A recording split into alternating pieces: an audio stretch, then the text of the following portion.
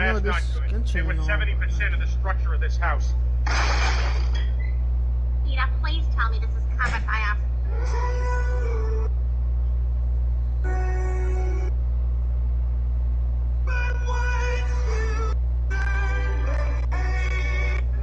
What the hell? Deku was supposed to be an emo kid? I wouldn't doubt it. That was his prototype character. He was supposed to be an emo. What the fuck? Yeah. 18 minutes ago. Twitch. Sub Dwayne hashtag Fortnite. The newest guy from Fortnite at The Rock. Hell yeah. From Twitter. It's always gonna be Twitter. You anime alert. Laser carbon peel. Same vibes as you. And from Gorilla, they're constantly yelling, is Sting okay? Is Sting okay? The WWE is traditionally really good at pulling the wool over fans' eyes and not allowing them to find out how certain things are done. However, as WWE has now put on a successful wrestling product for multiple decades that has included over 25 years of their flagship. Oh shit, I gotta do that. It was only natural that they would slip up sometime, and some of their biggest secrets would be exposed in plain sight. Well, join us now as WrestleMania looks at 10 secrets WWE failed to hide. Oh, hold up. How was that? Oh. Not beatback per se, but there's a new mission for us. For more Facebook exclusives, be sure to follow the page. Genshin Impact. I don't know if you did it, but I know what you did. Number 10, Royal Rumble cards. It would show the beginning of certain entrances for the likes of the Big Show, Braun Strowman, and Bray. Cut back to the wrestler as they were about to enter the ring. Oh, those wrestlers went huffing and puffing as it was revealed that they used parts to transport certain wrestlers to the ring. Thanks to the images circulated via social media during the show, fans were able to see just how certain wrestlers got to the ring so quickly. It was no doubt a creative yet humorous way for the WWE to deal with the issue at hand.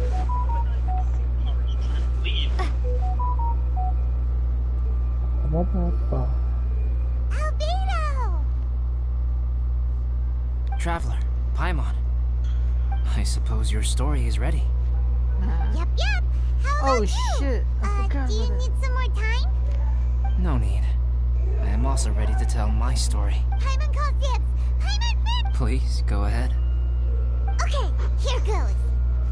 Once upon a time, there was an evil researcher who went into the mountains and did a crazy experiment on whopper flowers to transform their appearance. After a lot of pain and suffering, the whopper flowers finally took on a human form. Then they stood by the side of the mountain to wait for unsuspecting bypassers. To whoever spoke to them, they would ask them questions such as, "Who am I? Who are you?" If the bypasser got the wrong answer, the last sound they'd make would be a yelp before the whopper flower ate them alive in one bite. Ooh, truly frightening. What? You two aren't scared at all! Don't go nitpicking, okay? If you didn't like the story, go write your own!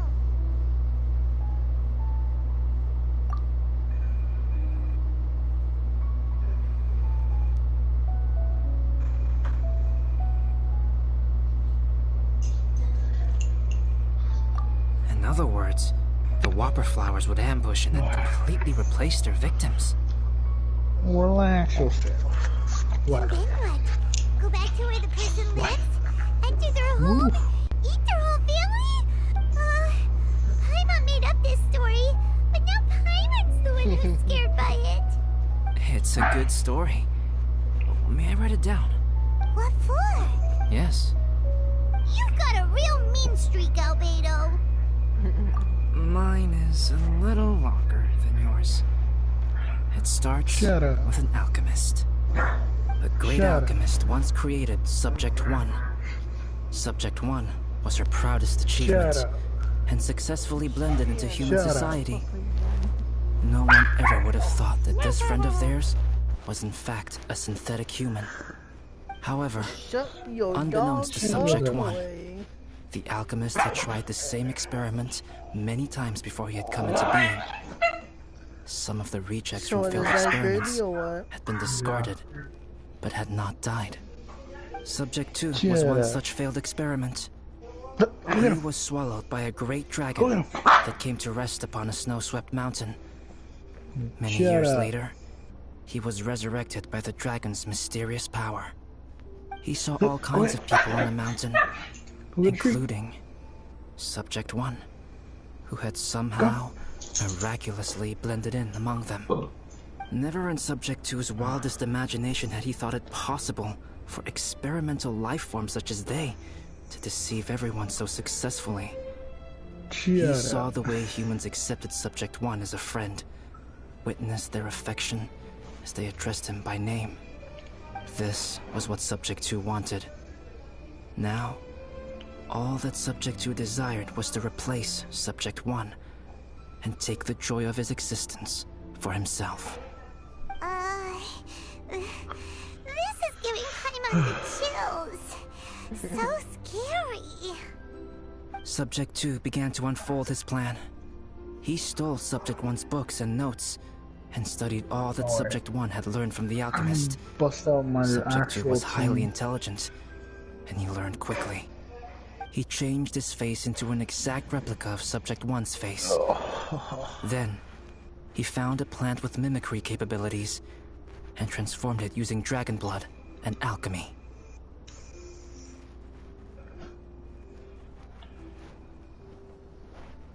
And so, not only did Subject 2 transform his own appearance to perfectly match that of Subject 1, he also created a third entity, Subject 3.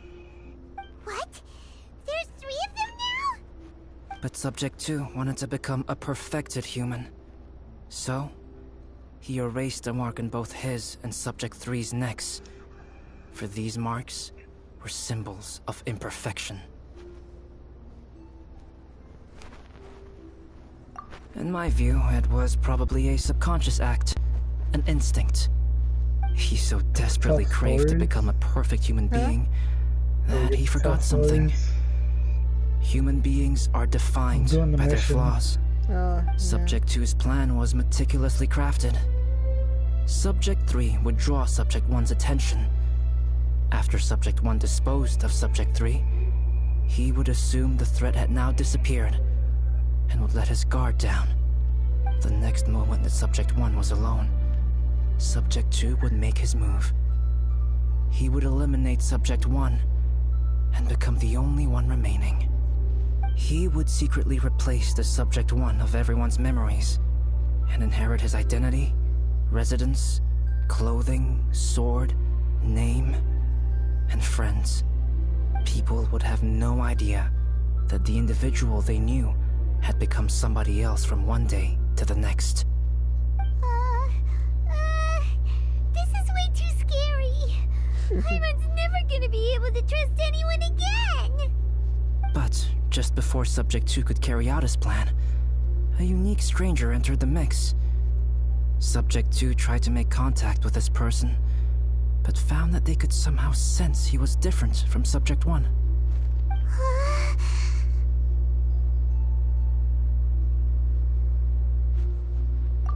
What's wrong? Are you scared? What happened then? What happened to the stranger? Showing that you're appearing He offline. became a new stage in Subject 2's plan. One more person that Subject 2 had to dispose of. Yeah. It's as if there were 3 identical roses in a garden. Oh no, Only one of the 3 was a fine specimen, while the other 2 were defective specimens that bore poisonous thorns. In all the world, only the gardener who tended to them could tell which was the good specimen. People do not like poisonous plants. Only a perfect rose can fetch a high price. If the inferior specimens wanted to conceal the fact of their worthlessness, they would have to take the gardener out of the picture, using their poisonous thorns. This is exactly what Subject 2 was thinking. So, he hid in the shadows and waited patiently. maybe soon, he would get his chance to become truly human. Exactly, it's not just a story. That was intense! So what happened after that? Did Subject 2's plan succeed? Paimon can't bear thinking about it! Fortunately, Meta is just a story. And even in this story, Subject 2 did not succeed. But you can never let your guard down on Dragonspine. Monsters mutated with Durin's power and blood are also creatures of Rhine-Daughter, just like me. You must beware of all such creatures. I'm glad to hear that. It's okay. I know what I am. You and I are both different, so there is no need for me to hide the truth from you. The only thing is that sometimes, when I think about how mighty the power of alchemy is, I feel so small. As beings who set foot in this world, how arrogant are we in desiring to control our destiny, and in desiring to create? Is creation an arrogant act, Traveler? If not, why do we call the ones that created us and control us gods? If it is, then what qualifies us to call ourselves creators? How far must we take our reverence and respect, and what purpose does it serve? Nothing special, but whenever I think about it, I feel a twinge of grief. Poor Albedo. Hello? Traveler, are you here? Hey, is that Amber? Thought we might find you here. We're here to deliver a message from Cyrus. There's gonna be a big event down at the base camp, and they want you there too, Traveler. Winter camp is nearing its end. Apparently, even provisional instructors are required to attend. Looks like we need to go, Albedo. Bye for now. Then I won't keep you. I have some things to attend to here, so forgive me for not seeing you down. Yeah. Don't worry about it. There have been no issues getting up and down the mountain recently. Is everyone ready? Let's not keep them waiting. I keep Albedo come fast. Alright, starting this act. Go ahead. How the You're one hell of their is this guy instructors now. in? How the heck is he in? What happened? There's a guy on live stream. He's apparently in the new Fortnite. And apparently Spider-Man and people in Gears of War are in. What the hell?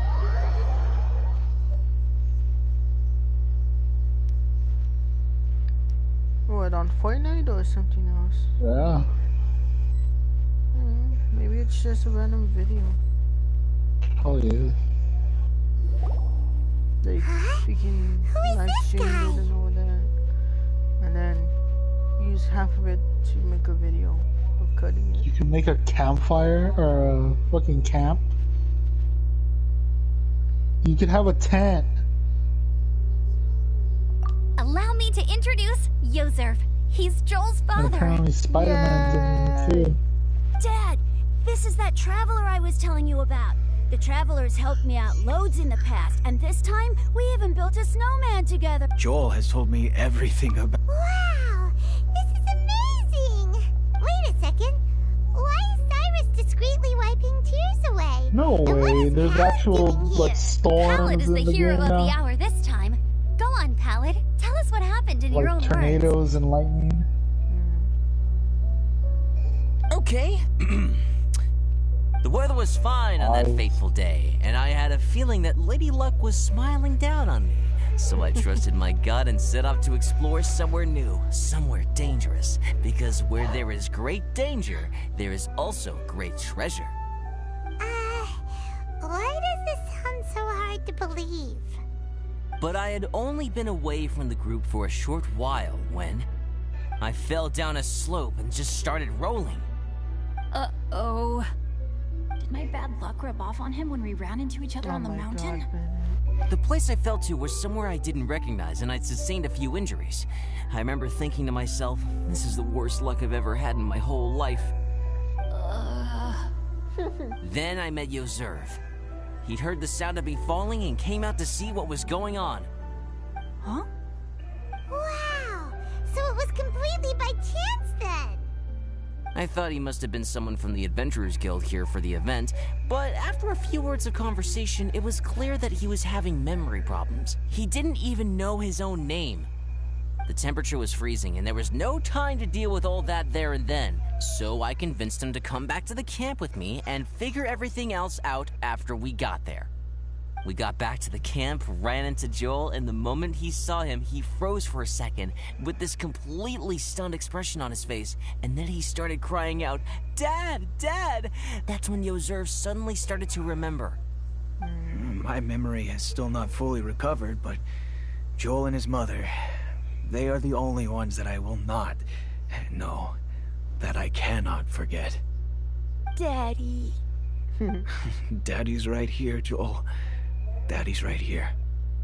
Yoserv, don't you remember anything else at all? The poor princess, feeding the foxes? I'm sorry. I have no recollection. Maybe it's because of the head trauma. I'm not sure. I woke up and found myself covered in blood. My things were gone, and there was nothing to indicate who I was or how I got there. I crawled into a cave and settled in for a slow recovery. After my legs and feet were a little better, my hunting skills were what kept me alive. Dad, I was so worried about you. I'm all right now, Joel. Oh, don't cry. Daddy's not going anywhere. I'm here to stay. Oh, this is good. This is good. You know what, though? I definitely think my luck got worse after running into Benin on that mountain. Oh my god. I knew it. I just... No. I just meant if it weren't for you, there's no way I ever would have run into Yoserv on a mountain this huge. Besides, we got back safely, didn't we? So don't blame yourself. Maybe sometimes miracles can only happen when you get just unlucky enough. Ballad. When did you become such a smooth talker, huh? Huh? Am I? I was just telling the truth. Oh yeah, I want to say thank you to the Traveler, Uncle Cyrus, Auntie Eula, and Auntie Amber. Thanks, everyone. You all helped look after me, and I will always remember it.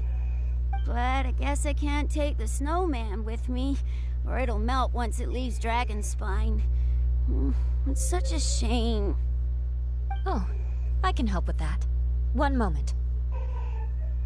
Oh shit. Huh? Eula? Here, take this. It's powdered rime. Just add it to your snowman, and it will never melt. Wow! Really? Oh, this is awesome! You're the best, Auntie Eula! Dad, I have an unmeltable snowman now! How cool is that? How can I ever repay you all? Thank you all. Thank you from the bottom of my heart. Dad, I want to go move the snowman. Can you do it now, please? Okay. I'll be leaving with Joel now. I'm sure I'll see you all another day. Very well, very well. It's time for Pallet and I to have another discussion concerning his breaches of adventurer discipline. Huh? But Cyrus, I think I kind of made up for my mistakes this time, you know? See you guys! Oh, I made this for you and Amber. Think of it as a winter souvenir. Are you sure? This must be really important to you. Come on now, just take it. I'll no go need that to make way. such a fuss. Wow! Now our snowman won't melt either! Great! You're welcome. Just keep it. That's all I ask. Amber and I have some business to attend to now. See you later. See you! Everyone's gone. Oh! You know what? We've been on Dragon's Spine all this time, and somehow Paimon still forgot to ask Albedo about how to make a fruit juicifier machine that can keep the juice fresh. Maybe we should try Timaeus again. He does seem pretty eager to please after all. What's going on? Because Ashley's like, oh, how long is it gonna take? I'm like if I work at Epic and know when the fucking Fortnite's gonna come back.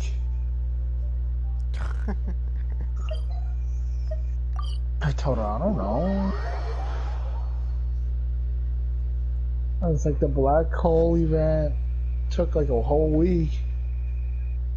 Wait, does this mean? Oh no. Okay, never mind.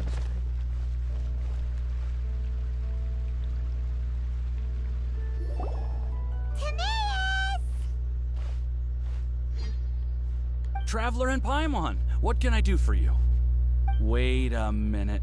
You've got that mischievous look on your face. Oh, you're not still thinking about that ridiculous juicer thing, are you? Timaeus, will you help us?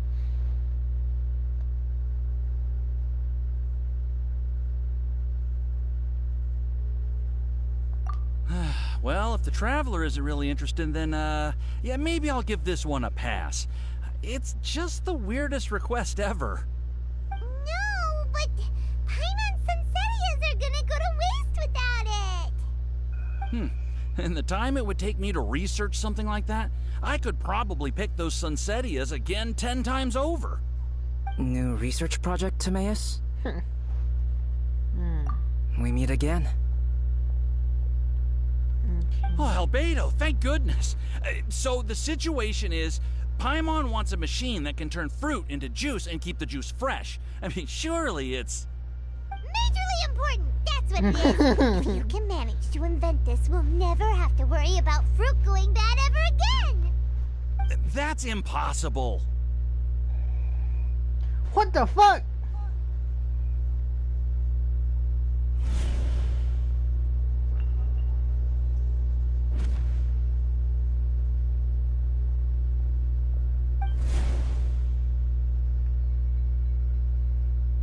Turning fruit into juice is not hard, but keeping it fresh is more difficult. But if you simply want to keep the fruit from rotting, there are many ways to achieve this. Right, Traveler? The fuck? He's fucking messing with me. What about his neck? What's wrong? Is there something on my neck? He's fucking smugging! From the look on your face, it's as if you thought I just played a practical joke on you that was in exceedingly poor taste. Albedo, you were saying, how do you stop fruit from going bad? Well, one way would be to bury your fruit on Dragonspine, where the snow never melts all year round. But then Paimon won't be able to eat them! You could always live on Dragonspine. No, too cold for... Or you can give the fruit to me, and I would take it to Dragonspine for you. But since you don't like the cold, you'd have to send someone else to pick them up when you want them. This is where you come in, Traveler. Suddenly sounds a lot more feasible when other people do it. Fruit buried on Dragonspine will stay fresh for much longer. Oh, who knows? Maybe the next time you visit, it will have grown into an orchard. You can water the trees, add fertilizer, and when they finally bear fruit, you will have some fresh Sunsettias. No way! Then Paimon will have to be a gardener! That's not the goal here. Oh? Well, I don't think being a gardener is so bad. Tomorrow. Yeah.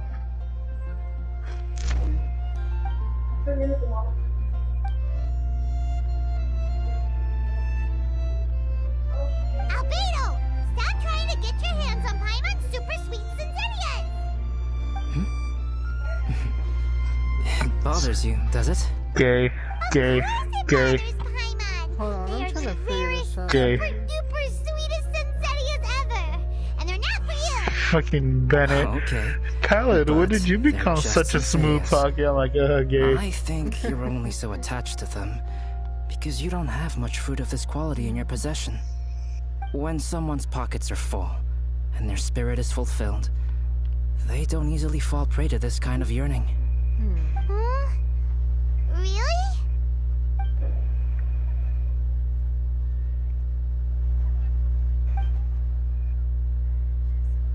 Fuck, I was paying attention.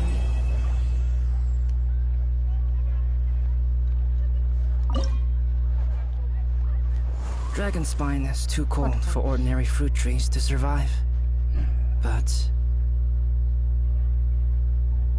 if one day Dragonspine did become home to gardens and orchards, there would be more reasons for people to visit. Perhaps a little life is the key to attracting people. Life may exist in all kinds of unfathomable forms, and in all manner of unthinkable environments. Mysterious, yet tenacious. Perhaps this is what makes life so special.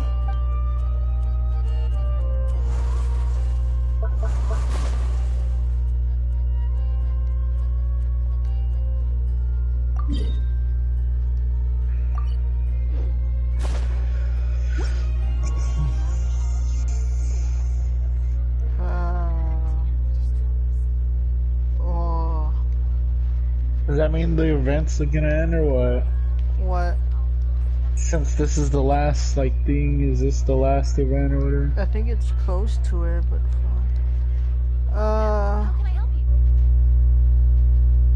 this is bull, but okay. You're also here for Mondstadt's one. What?